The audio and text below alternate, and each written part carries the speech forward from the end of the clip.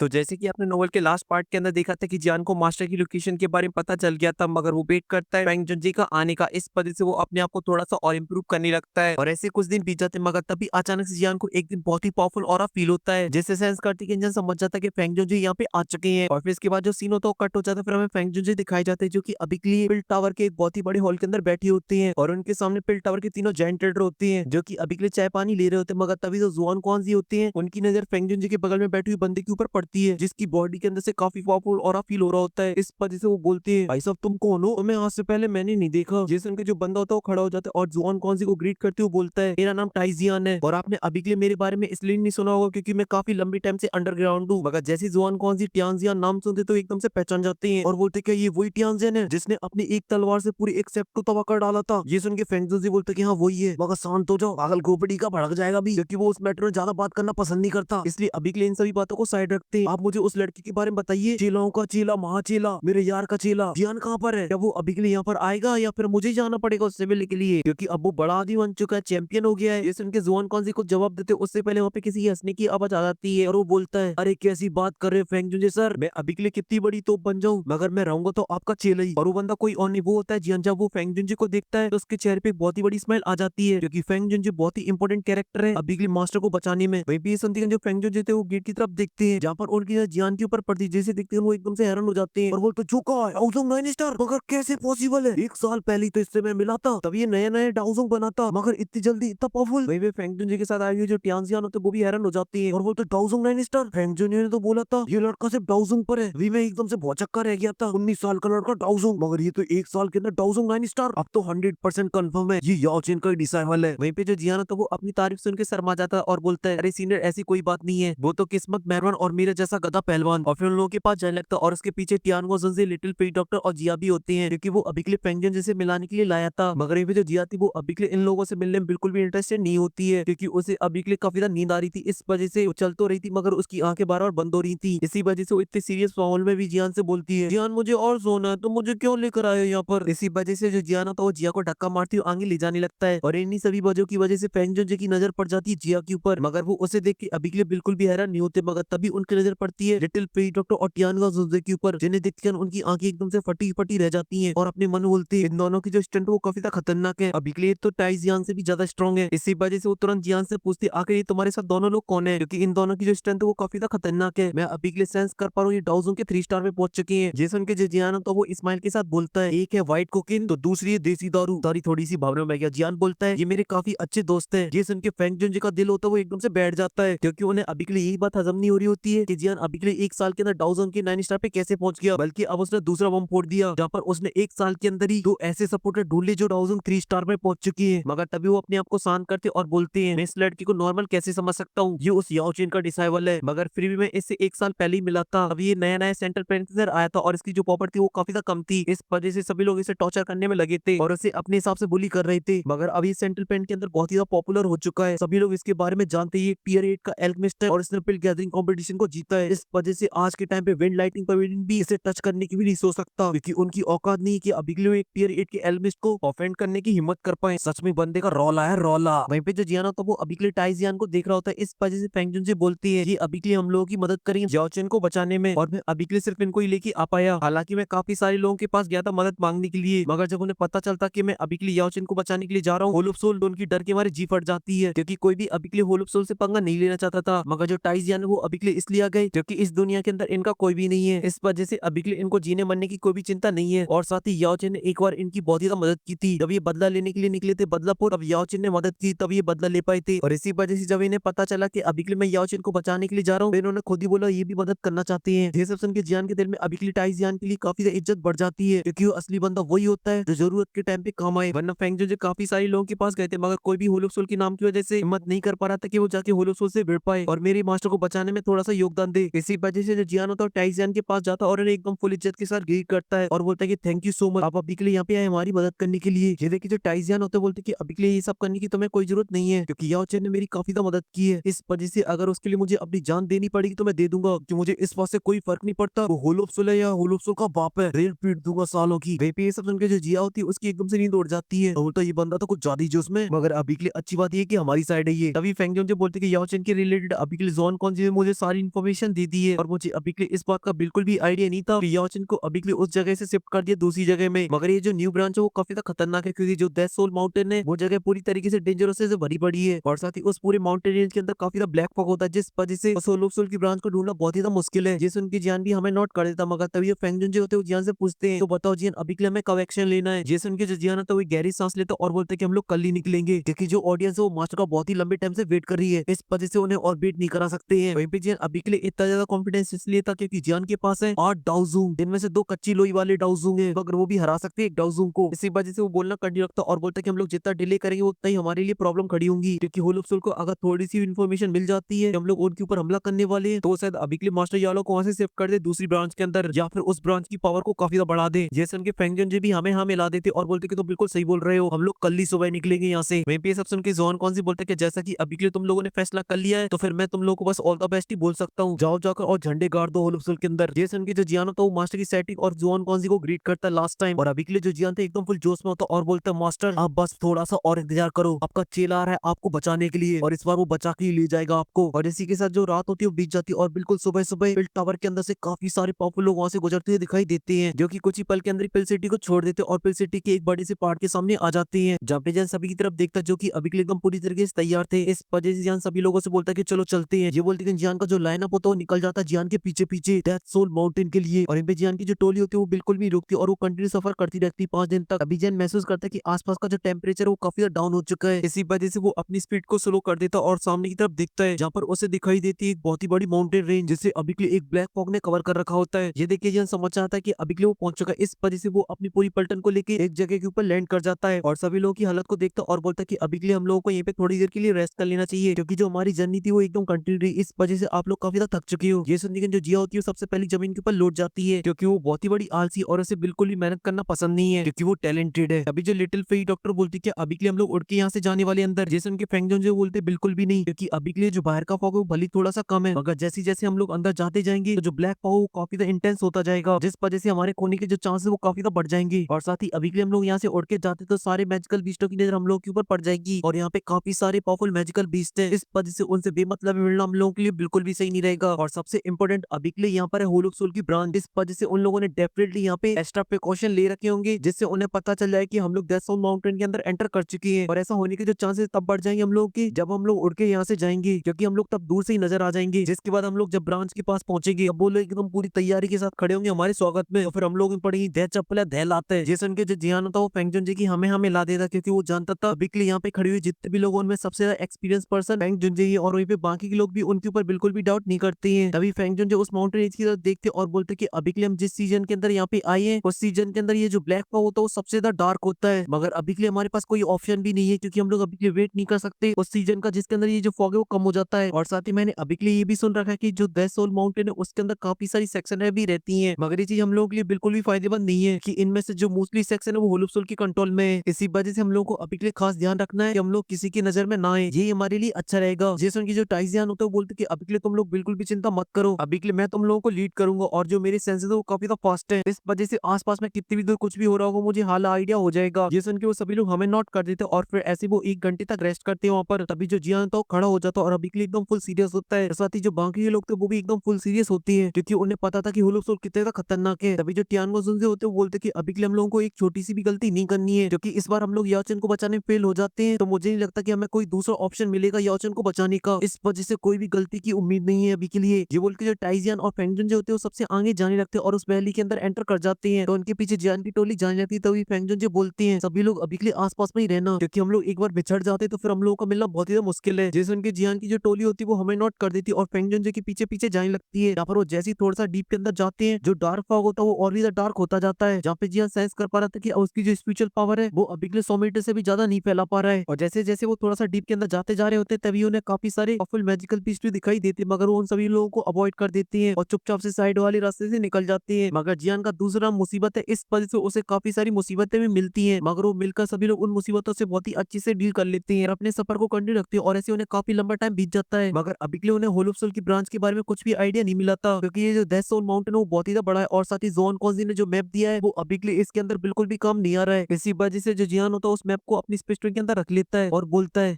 मैं बैठा हूँ किस्मत के भरोसे,